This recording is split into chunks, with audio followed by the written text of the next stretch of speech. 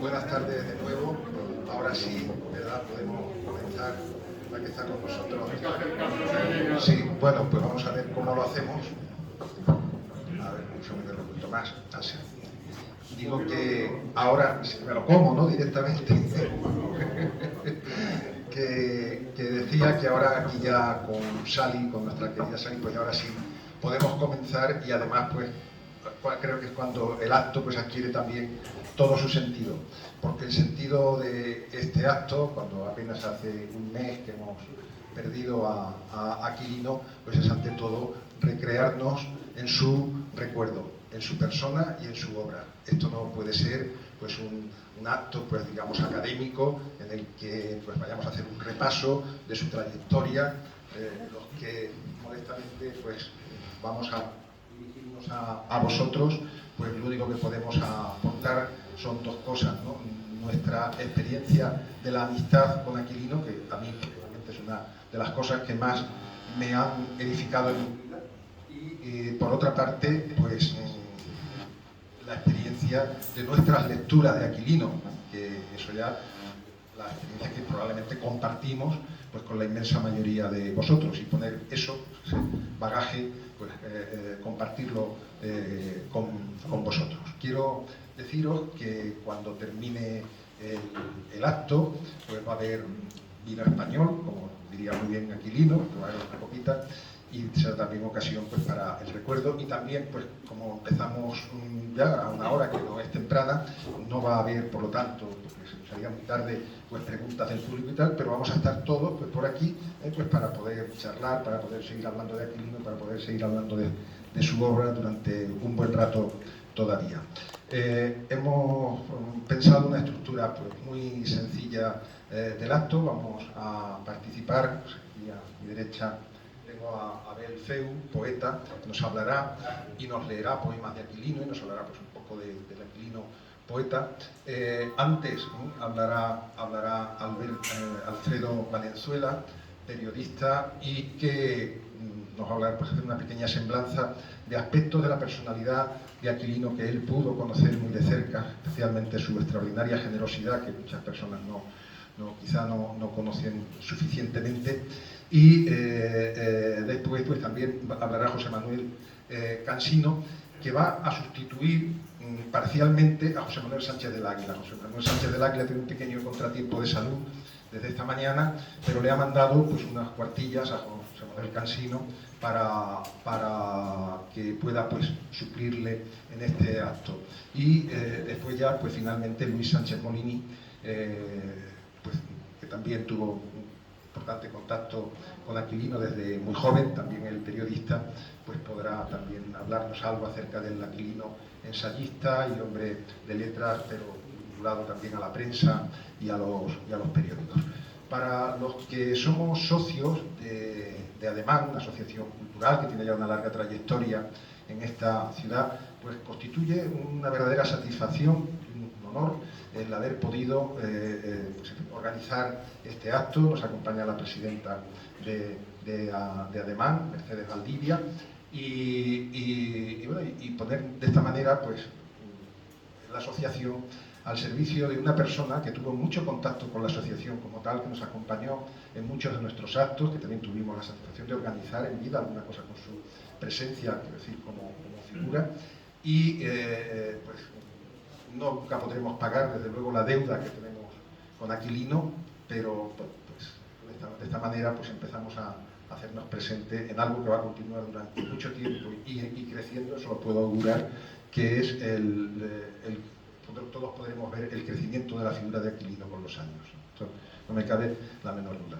Bueno, dicho esto, y perdonadme porque he hablado más de la cuenta, yo les he pedido a todos mis compañeros que fueran lo más concretos posibles para no llevar el acto pues, a una hora demasiado tardía. Me callo ya y ahora pues doy paso a Alfredo pues, para que nos hable lo que nos tiene que decir.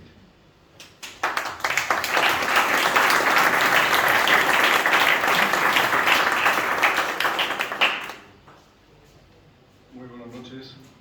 Me quitaré esto a ver si así me escuchan mejor. Se oye bien, ¿verdad? Bueno, pues muy buenas noches y muchas gracias a la Asociación Ademán y a La Revuelta por haberse acordado de mí y de la relación mía con con Aquilino Duque para que yo les dirija unas palabras esta noche. Lo que me da muchísima alegría, en primer lugar, porque veo caras conocidas que no hubiéramos visto de otra manera. Espero que la profesora Maite Pérez no haya venido desde el Canadá solo para escuchar esto, o que Pepe Cala, que nos acompaña aquí, al que le vamos a editar su poesía completa dentro de poco, Abel y yo, y sin embargo, pues si no es en un acto de esto no nos vemos, y así podía seguir con todos ustedes, como el maestro Riqueni, que ahora ejerce de fotógrafo aquí al lado, y me da mucha alegría verles a todos ustedes. Yo hoy, antes de venir aquí, he estado repasando un poco en el archivo de la Agencia EFE la cantidad de entrevistas o de encuentros que he tenido con Aquilino meramente profesionales, y ahí hago un inciso, menos mal que están aquí los profesores Cansino y Sánchez Sao, porque si no el acto hubiera quedado reducido a 2 periodistas y a un poeta. Menudo acto. Eso no nos faltaba alguien más que empezara por P también. En fin. Y en una de ellas, que yo no recordaba haberle hecho, cuando Aquilino traduce de Chesterton la biografía de Stevenson, me puse un titular en la entrevista que me gustó mucho. La literatura está para alegrar la vida, la propia y la de los que nos rodean, me dijo Aquilino en aquel entonces, y yo espero que este acto pues sea un acto alegre y que sirva pues para alegrarnos, si no la vida, por lo menos la noche. Hace cinco años estábamos en esta mesa sentados, en junio próximo, hará 5 años que estábamos en esta mesa sentados, Aquilino Duque y yo, porque él tuvo la generosidad, una vez más, de decirme que yo presentara su novela Palos de Cielo. La particularidad de esa novela es que llevaba metida en un cajón 60 años. A mí aquello me asombró. Unos meses antes me dijo el editor Abelardo Linares, que somos muy amigos, tenemos muchísima complicidad: oye, ¿por qué no lees esta novela y me dices lo que te parece? Yo la novela la leí un tirón y dije, la novela me parece muy buena, digo, y sobre todo muy por encima de la media de lo que nos tiene acostumbrado la actualidad literaria, ¿no? Y entonces a Abelardo, sin pensarlo más, la publicó en Renacimiento, pero luego fue a contarle a Aquilino lo que yo había dicho de su novela, que yo no esperaba que hubiera hecho esto, con lo cual Aquilino dijo que la persona indicada para presentársela, que lo hicimos aquí, como yo les digo, pues fue él. Al término me regaló un ejemplar de su traducción de Olusiada, hecha por la Editora Nacional en el año 75. Para los que no sean aficionados al libro, pues esto no dirá mucho, pero es un gran volumen metido en un estuche, muy lujoso, y sobre todo, pues que a mí aquello pues, me emocionó mucho, porque otra vez Aquilino con su generosidad. Por esa época, ahora 5 o 6 años, yo sí que creo que fui el primero.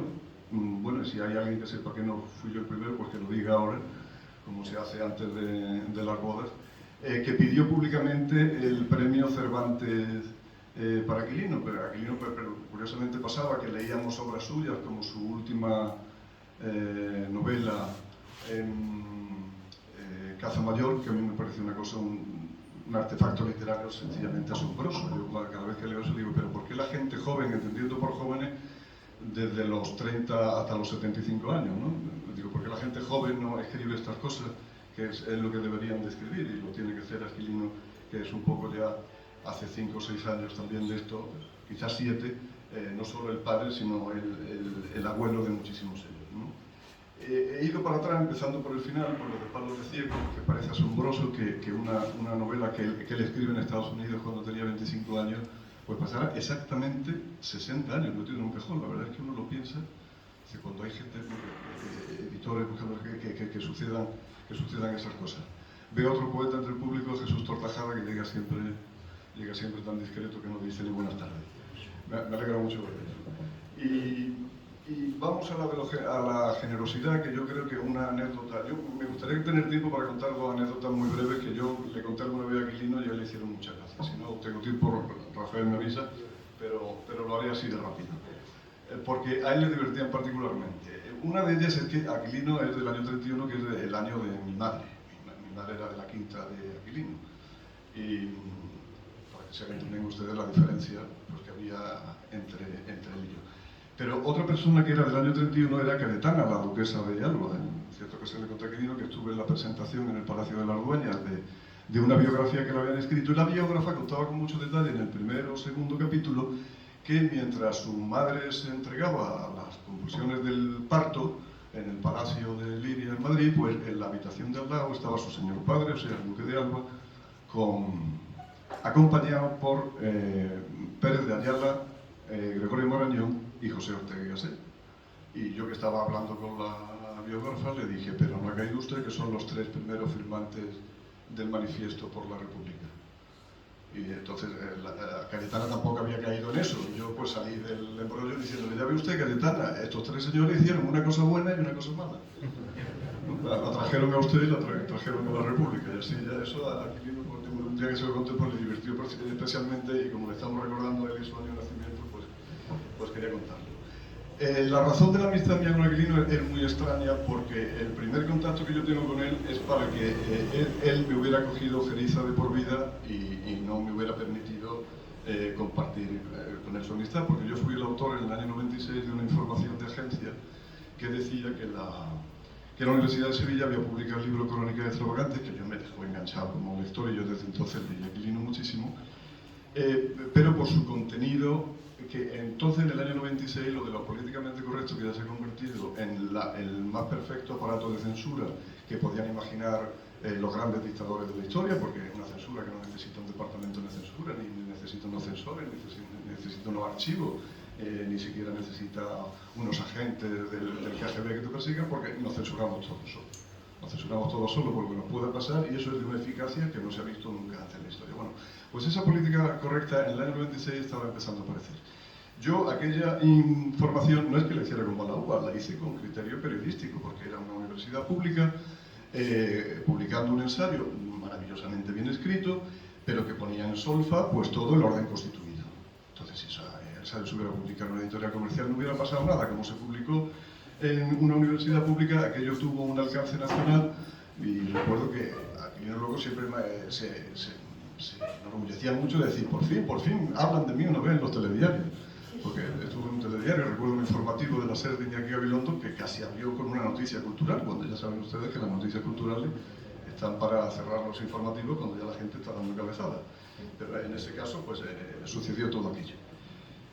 Al poco tiempo de aquello, pasó un año o así, lo llevó Sánchez Dragó a su programa, a Aquilino. Y fue también otra cosa extraña, otra vez la generosidad de Aquilino, y otra vez a Sánchez Dragó, que veía que se le quedaba corto el tiempo para abordar al personaje y a su obra, porque hasta donde yo recuerdo es la única vez que Sánchez Dragó, cuando terminó el programa, en vez de despedir al invitado, dijo, bueno, pues no hemos tenido bastante, y se volvió pues al realizador, porque quiera que fuera, y le dijo, pues vamos a hacer otro, así que la semana que viene hacemos otro. Bueno, y allí que estaba otra vez Aquilino, que apareció, lo recuerdo perfectamente, porque ese programa lo he visto varias veces, con un polo de Lacoste azul marino, y se ponía todo el rato una tirita que seguramente es una herida que se haría en vuestro huerto o algo así. Yo estuve en otro programa dándole vueltas a la tirita. ¿Por qué he visto ese programa varias veces? Yo ya hasta lo había olvidado, pero hace poco, con motivo de su marcha de Aquilino, un amigo me lo ha recordado, me dice, hay que ver que en aquel programa, que todavía no nos conocíamos personalmente, él y yo todavía no nos conocíamos personalmente, en aquel programa dijo Aquilino que tu reseña, que no era una reseña, era una información, era un despacho de agencia, una información periodística, que aquí no se vertía juicio de valor ninguno, ni yo decía que aquello era bueno ni era malo, sencillamente yo sacaba las frases más peliagudas y las ponía una detrás de otra, y ese español es que andaba ese español. Era la mejor que se había hecho de su libro. Dijo, y de hecho es tan buena, que Fernández de la Mora, que me iba a decir a mí, la reprodujo íntegra tal cual en algún sitio, dice, porque no se me ocurre un extracto mejor del libro que lo que ha hecho este hombre Valenzuela. Dijo allí cuando todavía no nos conocíamos. Bueno, como el tiempo se va acabando, yo voy a ir abreviando también, y me he traído aquí un párrafo que no es mío, pero que sí, que escribió otro poeta, Jaime García Máiquez, el día siguiente del fallecimiento de Aquilino, y lo publicó seguramente Manu Molini, porque es el jefe de opinión de ese periódico. No, era Jaime. ¿Ahora Jaime? Sí, yo cometí el error también de decir que era Enrique, pero como son dos hermanos también, pero fue Jaime que también es poeta el que lo escribió. Voy a leerles un párrafo nada más, porque esto sí que concuerda con mi petición del Cervantes, ¿no?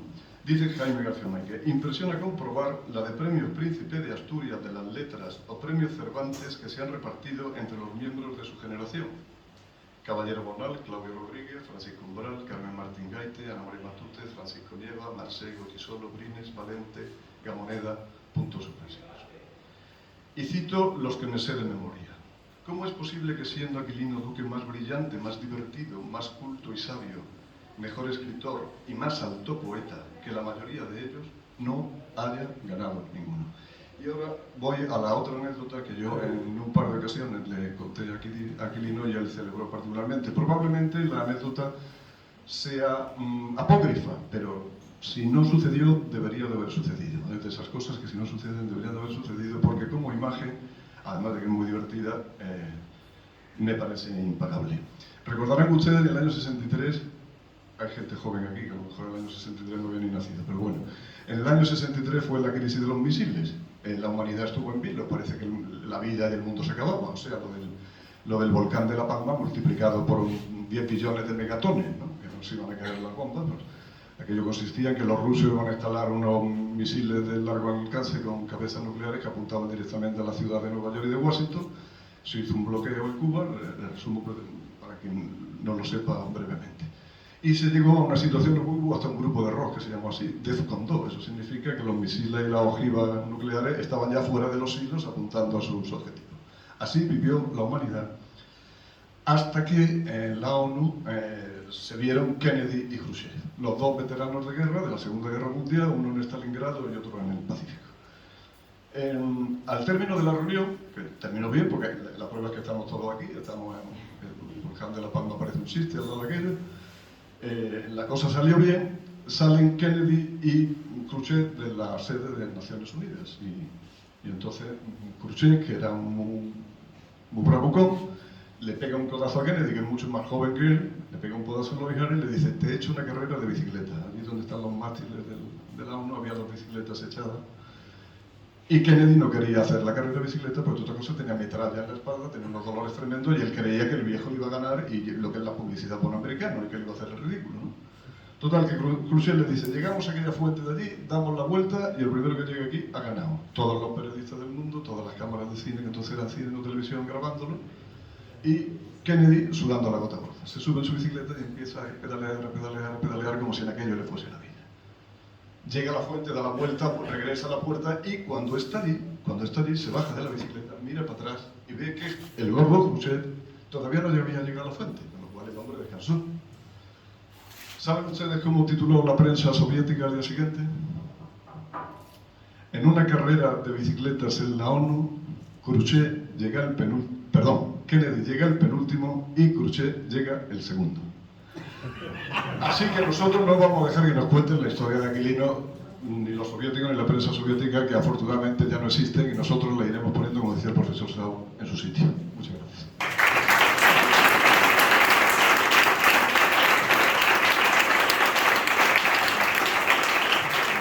Vamos a pasar directamente a él.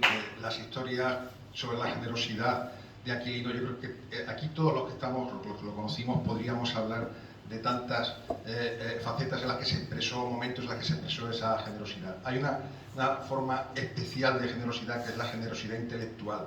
Aquilino era un hombre de una generosidad intelectual arrolladora, que verdaderamente era capaz de hacer justicia a amigos, enemigos, próximos, alejados, etcétera, en sus juicios, en todo tipo de ocasiones. Y a mí me parece que la generosidad intelectual, es la más difícil, porque verdaderamente exige una modestia también por parte del que la ejerce especial, ¿no? Entonces yo quiero poner el énfasis en esa clase de generosidad de Aquilino, que yo creo que de una manera u otra pues nos alcanzó a muchos, ¿no? Bueno, por favor, Abel. Sí.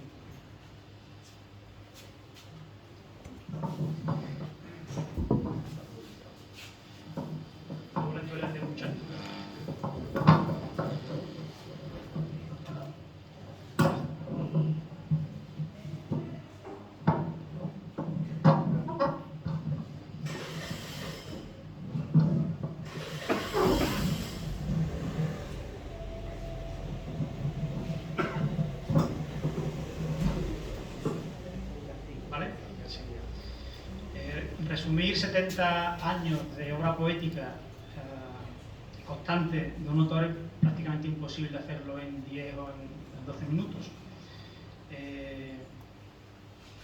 Aquilino empieza a escribir en el año 50 y el último libro que se ha publicado es en el 2021. Son 71 años de obra poética. una obra compuesta por 8 libros principales. El noveno ha salido este mismo año, en el verano, aunque recopila poemas anteriores. Y es muy difícil, no me voy a poner a comentar ni a situar la obra de Aquilino en el conjunto de la poesía española. Lo mejor será hablar un poco, con sus palabras, de lo que él entendía por poesía, o lo que entendía por la poesía en él, y después leer unos cuantos poemas. De todos los poemas que he cogido, como no, prácticamente mi tiempo, esos dos son poemas cortos, que no serán muy largos, y un poco predominando el tono. Aquilino tiene una obra de muchos matices, tiene una poesía de tono neopopulista andaluz, pero que también tiene otros libros donde hay una beta cosmopolita, de viajes, otra beta culturalista, tiene muchas facetas. Yo me voy a centrar sobre todo en la poesía, sobre todo por cuestiones de extensión, la poesía popular, que suele ser más corta, y también en algunos poemas de tono reflexivo, meditativo, que abundan casi bastante en su último libro, y en Entre Luces, que es del año 9. Aunque Aquilino tiene una obra considerable, curiosamente, publicando desde el año 58 hasta el año 2011, no se hace su primera antología, una antología que sale aquí en Sevilla, en la isla de Sitolá, y que yo fui el que la seleccioné. Posteriormente ha salido una antología en la colección de Rayas del Renacimiento, de Juan Lavillar, La palabra secreta, y la poesía completa de Aquilino se recogió en el año 99 en Pretextos. Pero bueno, Aquilino, que su obra es muy amplia, cuando habla dice, en lo que a mí respecta, en una introducción que hizo a esta antología, que se llama Ensimismamiento, en lo que a mí respecta, siempre he dicho que la poesía es mi punto de partida y mi punto de llegada, que de ella vengo y a ella voy. A través de ella he aspirado a ser una de las pocas cosas serias que se puede ser en el mundo, un portador de valores eternos. Después habla un poco de la misión redentora de la poesía, y habla de que para decir la palabra poética, el poeta tiene que hacer oídos sordos a los ecos de su tiempo, y eso solo lo va a lograr ensimismándose. Como muestra un poco de poemas sobre la poesía, La palabra secreta es un poema de Las nieves del tiempo, del año 93, que dice: entre tantas palabras como llevas escritas y que de nada sirven, ¿no estará la secreta, la mágica palabra que aclare de una vez por todas para todos lo que tú ves tan claro? Cuando vuelves vencido de tus campañas fútiles, son tus propias palabras las que te dan sosiego y ¿cuál? Fuerzas para volver al frente. ¿Cuál será esa palabra que bien sabes que existe? ¿Cuál será esa palabra? Muchas veces la dices sin darte cuenta acaso, porque todos te miran como si algo divino viniera sobre ti. Una lengua de fuego, una espada de arcángel, un terrible relámpago de tus ojos dormidos. Y ven todos que ves con aire de soñar lo que no debe verse, y que vas a decir la palabra fatídica, esa que todos temen y que todos desean. El primer libro de Aquilino, La calle de la luna, es del año 58 y recoge poemas prácticamente de sus 20 a sus 30 años. Y en ese libro predomina una poesía de tono popular, un poco recordando al Alberti y a otros poetas gaditanos también de su generación, José Luis Tejada, Julio Mariscal. Y en este libro está uno de los poemas más cortos y más famosos de Aquilino. Es una soleá que se llama Abrazo. Reloj de arena tu cuerpo, te estrecharé la cintura para que no pase el tiempo. También en tono popular, un poema se llama Soñando. Me puse a considerar si valía o no la pena soñar. que a mí me dicen en sueños palabritas de cariño que no me dicen despierto.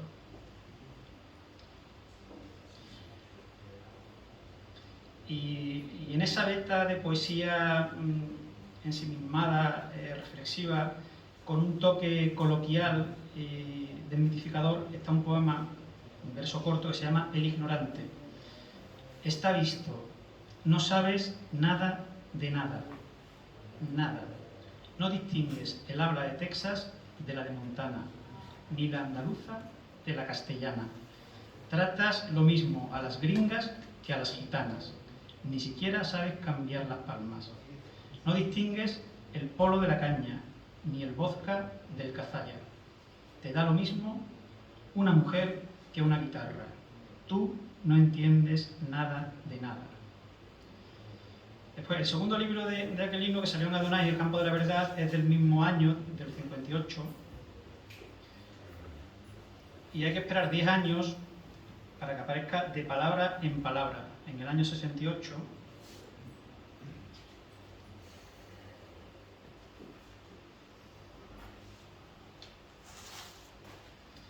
me dejo muchísimo sin leer, pero no hay más remedio. Aquilino escribió muchos sonetos, que es algo común a mucha gente de su generación. Este soneto se llama El desorientado. Estoy solo y la gente no lo sabe. Siento amor y tan solo yo lo siento.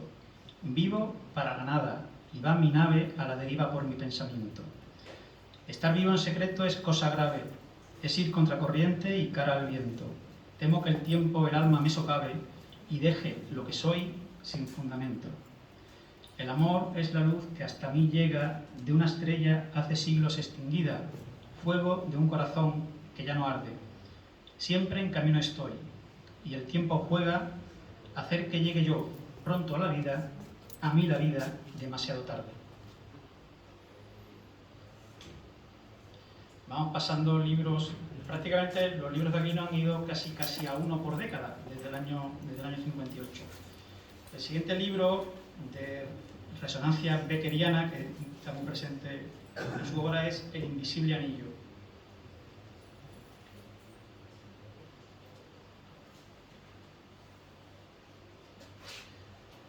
Una niña aprende a nadar, un rayito de sol, una fruta de oro. Una niña de agua ha caído en la alberca. Vacío, el salvavidas es un cero a la izquierda. La niña nada sola. Nadie ni nada la sujeta. Sonríe con los ojos entornados, alza triunfante la cabeza y nada, nada, nada por el agua que riega los naranjos de la huerta.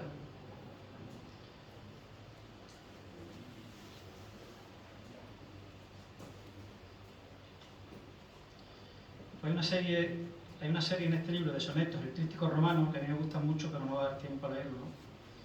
Y paso a la fuente. A veces todo el mundo se reduce a una ciudad, y esa ciudad a un barrio, y ese barrio a una plaza, y esa plaza a una fuente.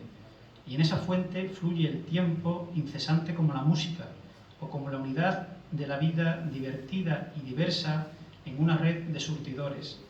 Fustas de agua que fustigan la cuadriga marina de los sueños que rebosa la taza de la fuente y recorre la plaza y pasa al barrio y cruza la ciudad al galope tendido y se dispersa por el mundo.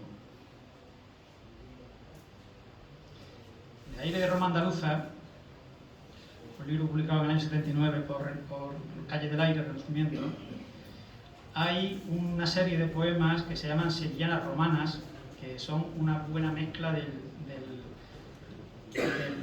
la amplitud de la poesía de Aquilino y de su mezcla de lo popular con lo culto y lo histórico. Son muy largas, voy a leer 2 o 3 nada más. Sevillanas Romanas, El incendio. De lo alto de Tarpeya, por el cristalito verde, el infame de Nerón miraba correr la gente. Ay, Roma cómo se ardía, con lo bonita que era. De Ripa a la pesquería, el mármol se derretía igual que si fuera cera. Dicen las trasteverinas saliendo de los corrales, vámonos corriendo al puente que hay fuegos artificiales. La segunda, César Borgia, Si César llega a ser César y César se lo propone, ahora tuviera Roma la mejor plaza del orbe. Si se lo propone César, hoy sería el Coliseo la maestranza de Roma, santa sede del toreo. César pedía las llaves, se las echaba a Lucrecia. Por echar las del Toril, fue y le echó las de la iglesia. La Judería y Beatriz Cenci. Por el pórtico de Octavia se paseaba un judío contando las moneditas que había pescado en el río. Que había pescado en el río, que había pescado en la fuente, donde los galapaguitos suben a la taza y beben. Barrio judío de Roma, sinagoga principal. Beatriz mató a su padre, que la quiso deshonrar.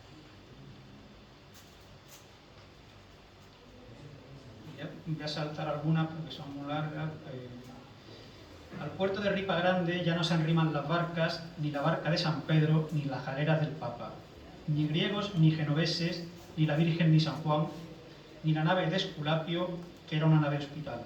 Ni al puerto de Ripa Grande, ni al puerto camaronero, que el Guadalquivir y el Tíber están quedándose secos. Ya termino con una que a mí me parece que tiene mucha gracia.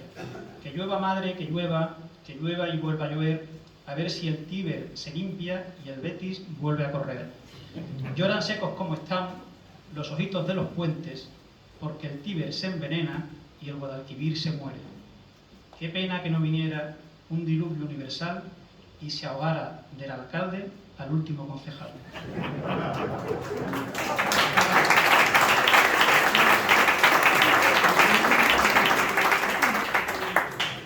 Las sevillanas son 15, pero no da tiempo.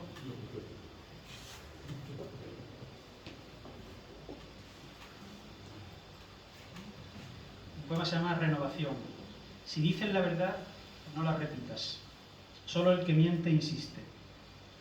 Hay que cantar siempre algo nuevo, nacer un poco cada día.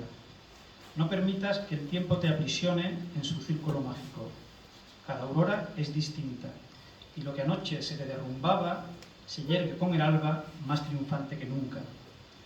El hombre solo es libre cuando mira adelante. Solamente es feliz quien se inventa el destino.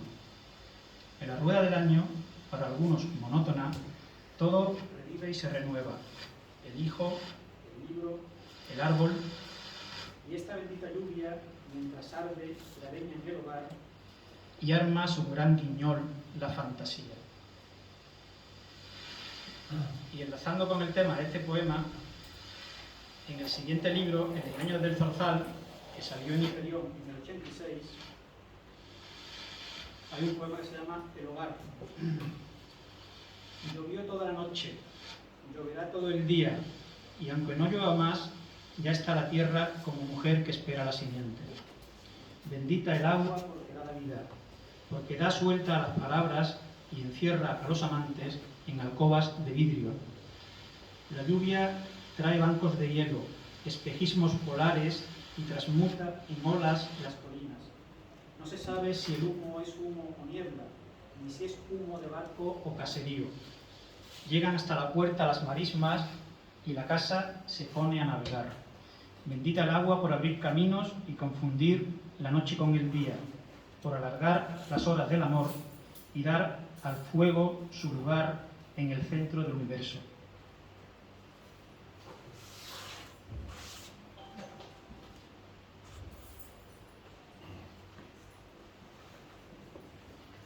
El siguiente es Concierto al aire libre.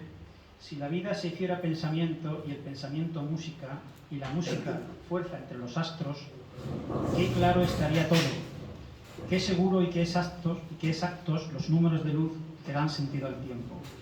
Cuántas veces los patios, los jardines, los surtidores y la orquesta han creado el espacio de la noche donde un tiempo de números de oro enciende los atriles con estrellas, las estrellas con alas llameantes y las alas con ojos, y en los ojos pone esa fuerza que llamamos música, y la música se hace pensamiento, y el pensamiento vuelve a hacerse verbo, y el verbo vida.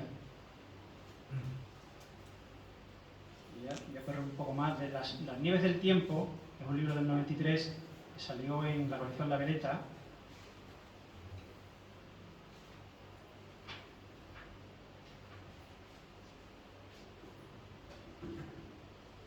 esto que va sobre la poesía, mejor callar, me lo voy a saltar. Y voy a pasar al último libro, Entre Luces, que se adelantó como libro en el apéndice de la poesía, de la poesía completa en el año 99 y que se publicó suelto en el año 2009. Vida contemplativa.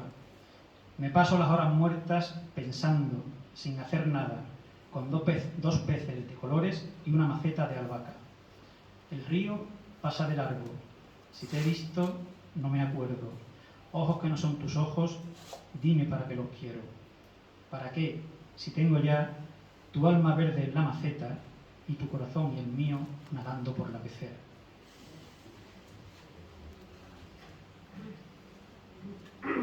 Y ya los 3 últimos poemas, realidades. No es posible que todo salga bien. La vida es lucha y el pasado un cuento contado por un tonto.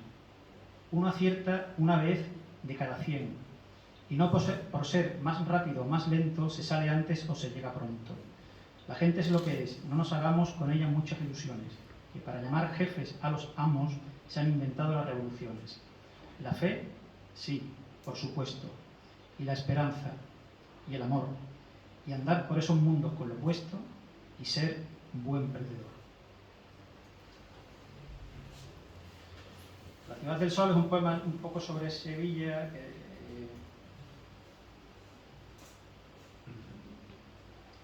no lo voy a leer entero, pero hay una estrofa final que me gusta mucho, que es qué poco basta para ser feliz.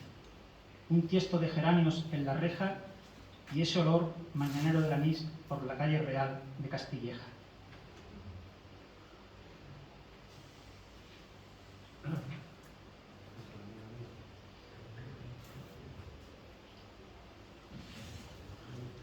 Currículum vitae: fui feliz en los bancos de la escuela, feliz en el cuartel y en el colegio, y en aquellos veranos sin más agua que la del pozo aquel del patio.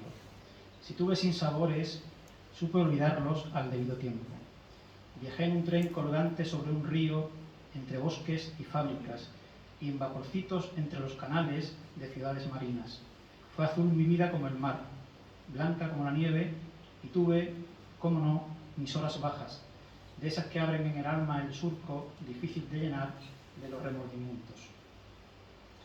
Y ya los 2 últimos, uno muy pequeñito: la piscina, la delfa y el ciprés, el olivo, la salandra de Dagmar, el laurel y los álamos, los rosales, la grama, un cielo azul con nubes blancas y en él un sol de gracia. Qué bien se está en el agua. Y el último poema, La Vita è Bella, que cierra el libro Entre Luces: devuélveme, Señor, las certezas aquellas para que vuelvas a ver en las estrellas a los reyes de Oriente y a la luna de agosto refrescarse en la fuente. Dame, Señor, tus flores para el mes de María y ponme en la almohada la estrella que me guía.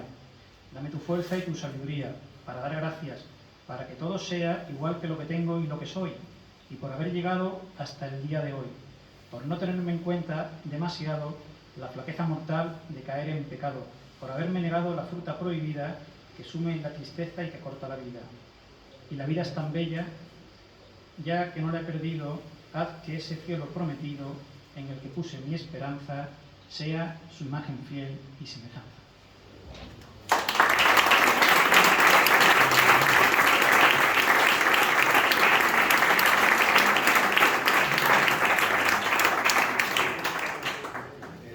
Me imagino que muchos de vosotros oíste recitar a Aquilino sus poemas.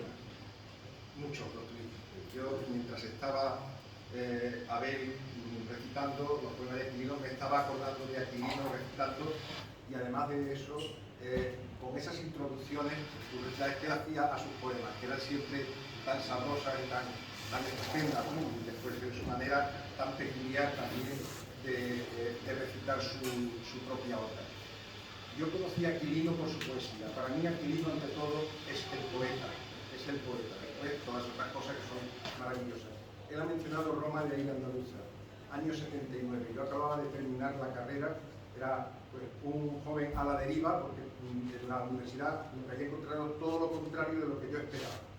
Y encontré Roma de Andaluza, y a partir de ese momento yo lo único que quería ya era conocer a Quilino, cosa que pude hacer gracias a Abelardo Linares, al padre del editor, que era amigo suyo y daba la casualidad que también lo era mío, hasta que lo conocí. Pero fue gracias a la poesía como yo pude conocer a Quilino, como me imagino que tantos de vosotros. Muchas gracias, Abel, por tu selección y por tu participación. Bueno, pues José Manuel, que va a intervenir, en principio en nombre de José Manuel Sánchez del Águila, que como he dicho, pues no ha podido estar ahora con nosotros por una pequeña indisposición, pero que nos ha mandado pues, unas páginas que él va a leer, y me imagino que algo más también de su propia cosecha podrá decir José Manuel Cansino. Gracias.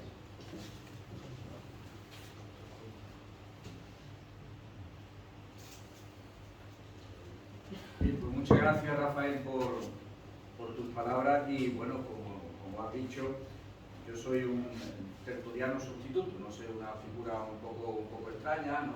También a mí me han dicho que soy un tertuliano sobrero, para utilizar el término taurino, en fin, cualquiera de esas expresiones valdría, ¿no? José Manuel me pide muy especialmente que te mande un abrazo a ti, Sally, a la familia de Aquilino también aquí que nos acompaña, ¿verdad? Y saludar también a la presidenta de Ademán y dar las gracias a la revuelta, que me ha pedido José Manuel también muy especialmente que dé las gracias a Juan María del Pino y a Manolo Marco por mantener durante incluso el tiempo de pandemia abierto este local cuando ha sido posible y seguir con este espacio de libertad en el ámbito cultural que tan difícil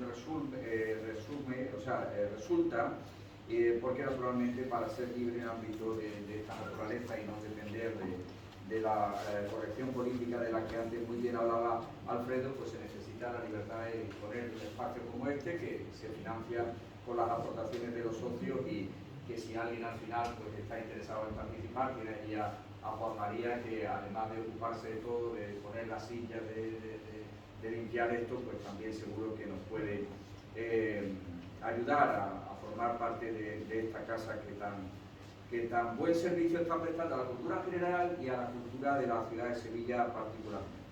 Hasta aquí lo que son palabras mías y el encargo de José Manuel, y a partir de aquí son las palabras propias de José Manuel Sánchez del Águila, que siente mucho no haber podido estar aquí presente en esta velada tan entrañable. Dice, no sé si es casualidad o ha sido buscada a propósito por los organizadores de este acto la fecha en que se celebra esta velada literaria, porque esta fecha, 29 de octubre, le resultaba sumamente grata a nuestro homenajeado. De ella dijo en su obra El suicidio de la modernidad: aquel domingo madrileño, José Antonio Primo de Rivera, más que una bandera política, levantaba una bandera poética. Es más, levantaba la bandera de la poesía frente a la bandera de la política burguesa de la bandería. La literatura de Aquilino irrumpió en mi vida casi de una manera causal. Siendo muy joven, tendría 15 o 16 años. Cursaba yo el COU y mi profesor de literatura, el también escritor José Luis Ortiz de Lanzagorta, que me veía preocupado, según él, por las contradictorias situaciones españolas, me encomendó la lectura y los consiguientes trabajos de 3 obras: El señor presidente de Asturias, El fondo del vaso de Ayala, y una obra que acababa de obtener el Premio Nacional de Literatura, El mono azul, de quien hoy homenajeamos. Debo reconocer que aquella obra me fascinó, hizo que me sumergiera en una guerra civil que desconocía y pudiese catar con exactitud la magnitud de aquella tragedia nacional con una objetividad y distanciamiento de los bandos inusual hasta ese entonces. A esta novela, para mí, entre las cimeras ambientadas en esa guerra, no le falta de nada, ni crudeza cuando era necesario, ni ternura, ni una historia de amor que comienza con besos en una azotea sevillana y acaba en la iglesia del Santo Ángel delante de la Virgen del Valle. Escribió Aquilino, no sin ironía, que su amigo Ángel Palomino le aconsejaba que la próxima vez hiciera un ejercicio de modestia literaria, y contestó: le hice caso y el resultado fue el mono azul. Por cierto, Palomino le recriminó a Aquilino que cuando habló al agradecer el Premio Nacional había hablado como un rojo. Dice, esta novela fue la clave para internarme definitivamente en el universo literario de Aquilino, particularmente e inicialmente en su narrativa, Los consulados del más allá, La luz de Estoril y un largo etcétera. Volví a tener noticias de Aquilino con la lectura de la obra que antes cité, El suicidio de la modernidad, obra de una notable profundidad intelectual y que me resultó fascinante. Poco más tarde, nuestro común amigo Bernardo Víctor Carande me ofreció generosamente colaborar en su singular y prestigiosa revista Capela, que albergaba plumas de la categoría de Muñoz Roja, Mantero, Pedro de Lorenzo, García Calderón y el mismo Aquilino Duque, entre otros. Para un mero aficionado a la pluma como era yo, resultaba este ofrecimiento todo un honor. Precisamente fue en una cena con Bernardo Víctor cuando tuve oportunidad de conocer a Aquilino personalmente, quien me propuso colaborar en una revista que había comenzado su andadura de la mano de los hermanos de Gea y en la que él también colaboraba, Revista de la Generación de 1992. Y allí nació nuestra amistad, de la que tanto disfruté y que jamás se vio truncada. Quiso el azar o el destino que me propusiera la coordinación de un proyecto editorial y yo decidí integrar el proyecto con la reedición de la obra de los célebres Narraluces, un movimiento en el que no creía Aquilino, pese a haber sido acuñado por su amigo Carlos Muñiz, apodado el cura en los ambientes literarios porque era jesuita. Dice, no obstante ello, estaba claro que su literatura era eminentemente andaluza y se había desarrollado durante el tiempo del boom de los escritores andaluces.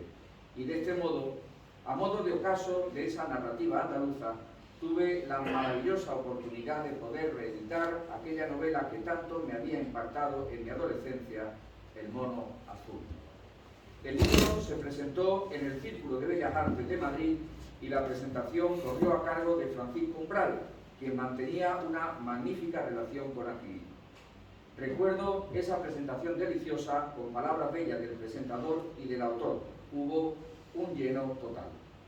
De todas las aventuras literarias en las que he acompañado a Aquilino y a Sally, esta fue sin duda una de las más emocionantes. Hemos perdido al amigo, al escritor brillante, pero afortunadamente siempre nos quedarán sus libros, su obra, que en mi caso tiene un lugar preferente en mi biblioteca. Muchas gracias.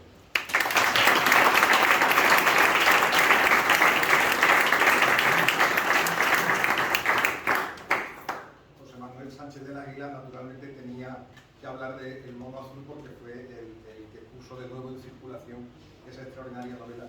Yo os recomiendo por encima de cualquier otra de las muchas interesantes y divertidas, porque Aquilino cuando escribía novela lo que quería era divertir.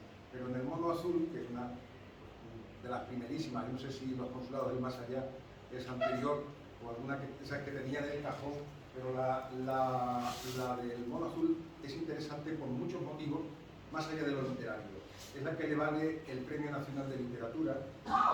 Es una novela sobre la guerra civil. Está escrita en el año 73-74 y es interesante, entre otros muchos motivos, porque nos hace ver lo que ha cambiado la percepción y la forma en que se interpreta y se recuerda la guerra civil de aquellos años a los de ahora. Hoy sería prácticamente imposible escribir una novela como la que escribió entonces Aquilino, no solamente porque su calidad era extraordinaria, sino también por la visión que él lanza sobre los españoles de aquel momento que se enfrentaron en esa guerra fratricida, ¿no? Esa generosidad a la que antes hablábamos está también en esa novela. Aquilino no quiere engañar a nadie, él sabe muy bien con quién está, en aquel momento quizá todavía podía tener sus más y sus menos, pero él no engaña a nadie, pero al mismo tiempo siempre está presente pues ese amor a España que se traduce en siempre también en amor a los españoles, a todos, ¿no? Bueno, Luis, el micrófono es tuyo.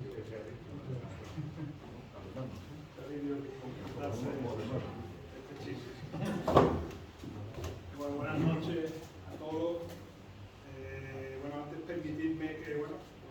el anfitrión, bueno, por supuesto la revuelta, pero también el círculo alemán, es un recuerdo a Simón Sánchez Mendoza, que fue uno de sus primeros animadores, y cuando Rafael me llamaste y me dijiste que bueno, esto lo organizaba alemán, pues para mí no tuve ninguna duda en decir que sí, y entre otras cosas por el recuerdo a Simón, con el que recuerdo cuando tenía alemán allí en la Puerta de la Carne, íbamos allí a visitarlo, persona que siempre llevaré en el corazón. Yo no fui especialmente amigo de Aquilino, no me quiero, porque aquí lo conocíais todo mucho mejor, lo traté sobre todo de una manera profesional, hice una entrevista, traté con él cuando algunos artículos que publicó en Diario de Sevilla y tal, ¿no? Pero sí, bueno, he sido lector suyo, ¿no? Que es una manera de conocimiento casi superior, vamos, no sé si decir casi superior, pero bueno, una manera de conocimiento de un personaje, y sobre todo cuando ese personaje es escritor, ¿no? Estaba recordando, me dijo Rafael, oye, ¿por qué no hablas un poco de la dimensión ensayista de Aquilino? Cosa que bueno, creo que me viene un poco grande, ¿no? a mi aliento, pero bueno, lo primero que hice es recordar cuándo fue la primera vez que yo leí algo de Aquilino, cuándo fue la primera noticia que tuve algo de Aquilino. Y de alguna manera la clave me la dio Antonio Brea el otro día en un artículo que escribió en Diario de Sevilla, en la que recordaba, bueno, pues nuestros años de universidad, ¿no? Y bueno, empezamos un poco a leerlo, porque yo la primera noticia que tuve de él fue en la revista Punto y Coma. Yo no sé si alguien recuerda esa revista, fue una revista muy importante, muy minoritaria, de un gran tono intelectual, estaba un poco dentro de la órbita de la Nouvelle Droite francesa, de la nueva derecha francesa, pero bueno, aquí en España. Se dedicaba a lo que entonces se llamaba la metapolítica, y bueno, ahí fue, leí una entrevista a un señor que se llamaba Aquilino Duque, que había, bueno, pues publicado un ensayo que se llamaba El suicidio de la modernidad. Hay que comprender, a mí aquella entrevista, y luego inmediatamente fui a comprarme el libro, me lo leí, estamos hablando de 1984, bueno, estamos hablando de 1984, la publicación del libro, yo me lo leí, vamos, digamos, unos 5 años después. Hay que comprender el contexto, porque en esa época no es como ahora mismo hay un mayor enfrentamiento de pareceres, ¿no? Hay como se llama, una batalla cultural, ¿no? donde se exponen de una manera más sincera y más clara las opiniones. Entonces había lo que algunos han llamado, ¿no? Un consenso progre, ¿no? No sé si es la expresión más adecuada, pero sí es verdad que bueno, se había llegado a una especie de paz, ¿no? Y de consenso, donde se habían impuesto los valores de la izquierda. Es verdad que también de una manera muy moderada, una izquierda muy moderada, no había ni memoria histórica, ni ideología de género, ni había ninguna de estas cosas. Y bueno, se había llegado a esa especie de consenso, sobre todo en el mundo de la cultura y también en el mundo de la política, y poco más se discutía. Ahí estaba el canon literario, ahí estaba el canon de pensamiento, ahí estaba el canon periodístico, y eso apenas se discutía. Y de repente entra Aquilino con todas estas ideas de suicidio de la modernidad, y un poco pues aquello se rompe, ¿no? Aquello se rompe, porque hasta ese momento el consenso solamente lo ponían en cuestión, bueno, pues los viejos dinosaurios que habían hecho la guerra, tanto la derecha como la izquierda, o círculos de jóvenes pertenecientes a ideologías radicales, tanto de izquierda como de derecha, ¿no? Pero no había ninguna voz, digamos, autorizada, ninguna voz notable que lo pusiese en duda. Aquilino lo hace, ¿no? Es la primera voz, digamos, verdaderamente importante que pone en duda todo ese consenso cultural y todo ese consenso político que había, y de ahí empiezan quizás algunos de sus problemas posteriores. Estamos hablando de esa época de la posttransición, ¿no? Hay una frase terrible, ¿no? Terrible que he leído por ahí, que Aquilino escribe bien, pero piensa mal. Aquilino escribía bien, diría estupendamente, y no pensaba mal, pensaba muy bien. La cosa es que uno comparta o no sus opiniones.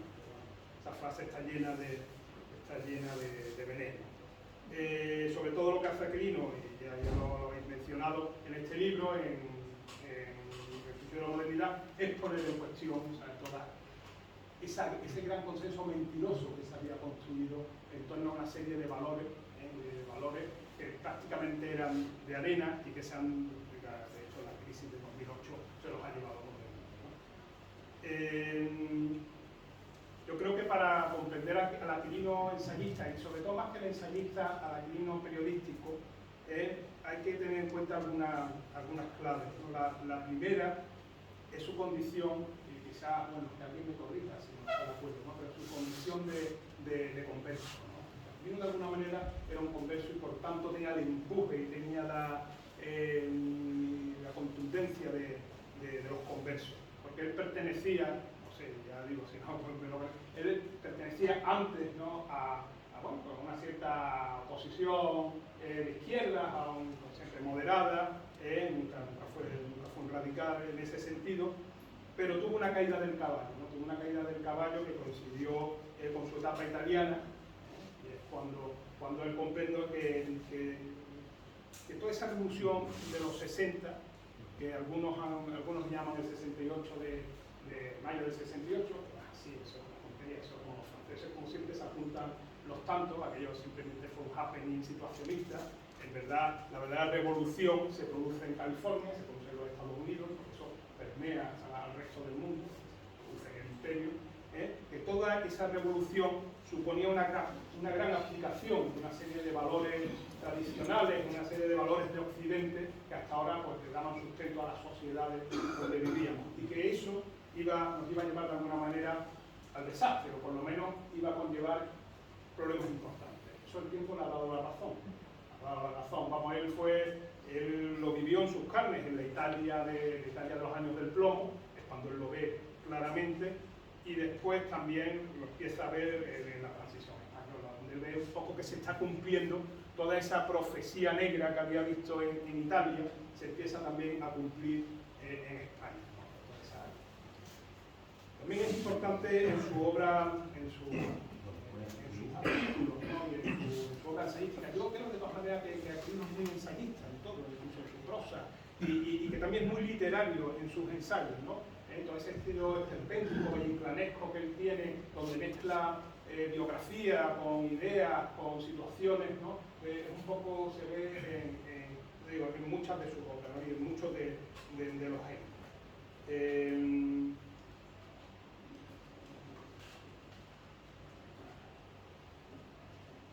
A nivel doméstico decía, ¿no? Estábamos hablando un poco de lo que es cuando él viene cuando de Italia, ¿no? Y lo que supone para él esa experiencia italiana, y empieza a ver que se cumple lo mismo en España, ¿no?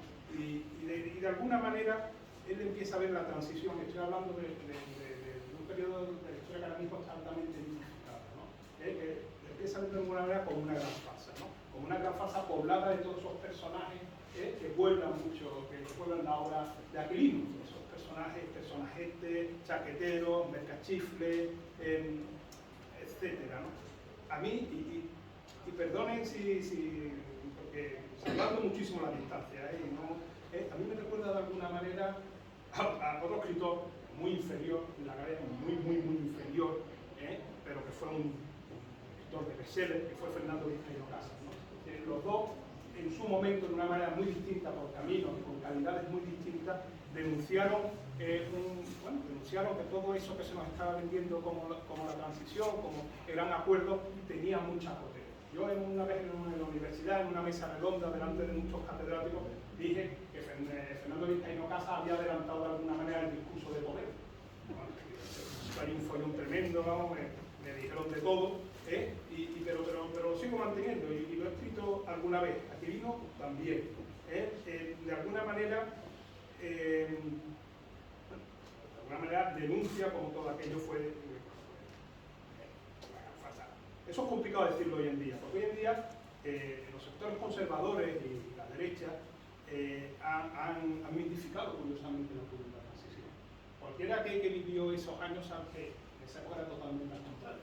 Si había alguna crítica contra la transición, partía de la derecha. En las casas de derecha se votaba por la Constitución, en las casas de derecha se criticaba al rey, en las casas de derecha había toda una contestación hacia lo que estaba pasando. No, hoy en día no. Hoy en día, bueno, uno escucha al señor Casado y parece que pero bueno, este apunte no tiene que ver con el vino, perdón, pero es importante. Yo Yo el último Aquilino con el que tuve algún trato hablando sobre, bueno, sobre los artículos era un Aquilino que estaba especialmente preocupado, ¿no? Hasta los últimos días lo estuvo escribiendo con ese intento de refundación que había empezado en aquellos años que hablábamos italiano, con ese intento de refundación del mundo, que ahora mismo lo estamos viendo, un intento de refundación a todos los niveles, desde el plan sexual como al nivel histórico, la memoria histórica, la ideología de sexo, de género, etcétera, y con ese tema lo muy preocupado. Y bueno, poco más tengo que decir. Muchas gracias por escucharme.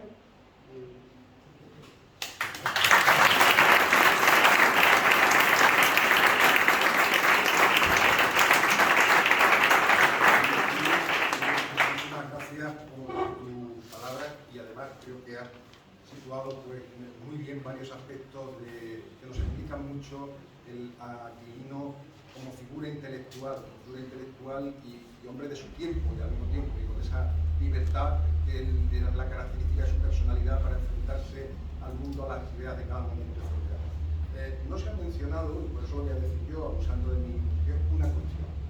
Aquilino poseía una cultura como yo no he conocido otra jamás. Es decir, yo, por mis circunstancias académicas, etc., pues no tengo más remedio que conocer a personas pues, de cierto nivel intelectual. Yo nunca he conocido a nadie como Aquilino. Porque Aquilino no solamente es que lo había leído todo tiene que ver con la literatura española y universal, los clásicos y los modernos. Es que había conocido personalmente y había tratado, no en plan mitómano, ¿no? Sino tratado de verdad a prácticamente todas las figuras intelectuales y literarias del siglo XX. Un hombre en ese aspecto único. Y lo que hemos perdido con su fallecimiento no es solamente a la persona, también es todo ese bagaje que era capaz de expresar en cada artículo, que era capaz de expresar o a veces de una manera más elusiva, otra vez de una manera más directa, pues no digamos en sus ensayos. Hay todos los aspectos de la obra de Aquilino que ni siquiera hemos podido mencionar, sus memorias tan interesantísimas, sus libros de viajes o de naturaleza, etc. Y ahí está, en todo eso y en esa personalidad literaria poliédrica que llega a todo, pues está esa extraordinaria cultura que fundamenta pues, en sus lecturas, pero también en ese trato. Con gente pues, como María Zambrano, como el mismo Alberti, o no digamos nada, que ya después pues, con toda la intelectualidad española pues, más reciente. Y él tiene con todo eso una relación polémica. La tiene también por un motivo, desde mi punto de vista, porque él, desde esa cultura superior que posee, está en condiciones, pues digamos, de desenmascarar la impostura de muchos. La impostura de muchos. Lo que tú aludías, de lo que significa en muchos aspectos la transición, es un fenómeno también de impostura. Y él se revela frente a eso, porque es un amante de la verdad, porque es un hombre libre. Entonces, frente a eso, pues es un rebelde. Y ahora, claro, hay que encontrar las etiquetas que quieran. A mí me parece que el ejemplo moral, intelectual, vital de Aquilino es lo que creo que efectivamente perdurará, aparte de su extraordinaria obra, perdurará a lo largo del tiempo de todos los que tuvimos el enorme honor y la suerte extraordinaria de la vida de haberlo conocido. Bueno, yo le voy a pedir ahora a Mercedes Valdivia que se acerque un momentito aquí, porque nos gustaría que ella, como presidenta que es de Alemán, pues le entregase a Sally pues, un recuerdo de este acto, unas modestísimas flores para ti, Sally.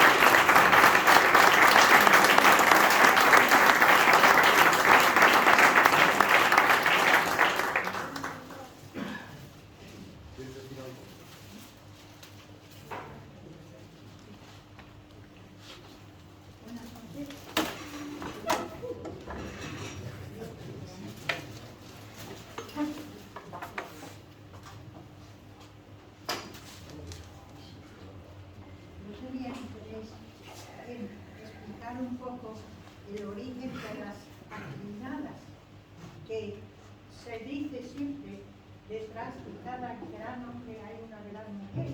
No hablo de mí mismo, hablo de mi suegra, que era una señora extraordinaria, que decía Aquino que todo su talento, todo su saber popular venía de ella.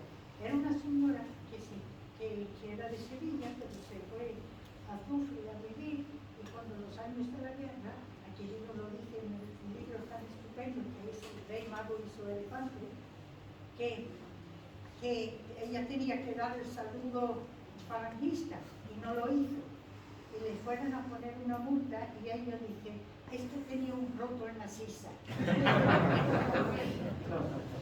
Y era una señora que había sobrevivido la pandemia del año 1918 y por lo tanto tenía un miedo de los microbios. Y cuando iba pasando delante de los pobres barrenderos, los agarraba y los insultaba diciendo que estaban ensuciando el aire de Sevilla y el pobre hombre se quedaba, no sabía qué decir.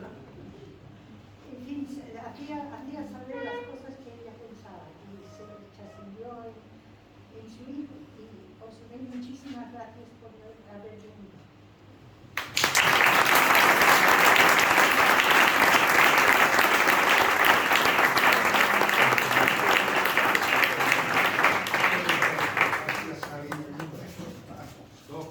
Simpáticas anécdotas. Ahora sí ya pues consultamos el acto. Juan María, ¿no?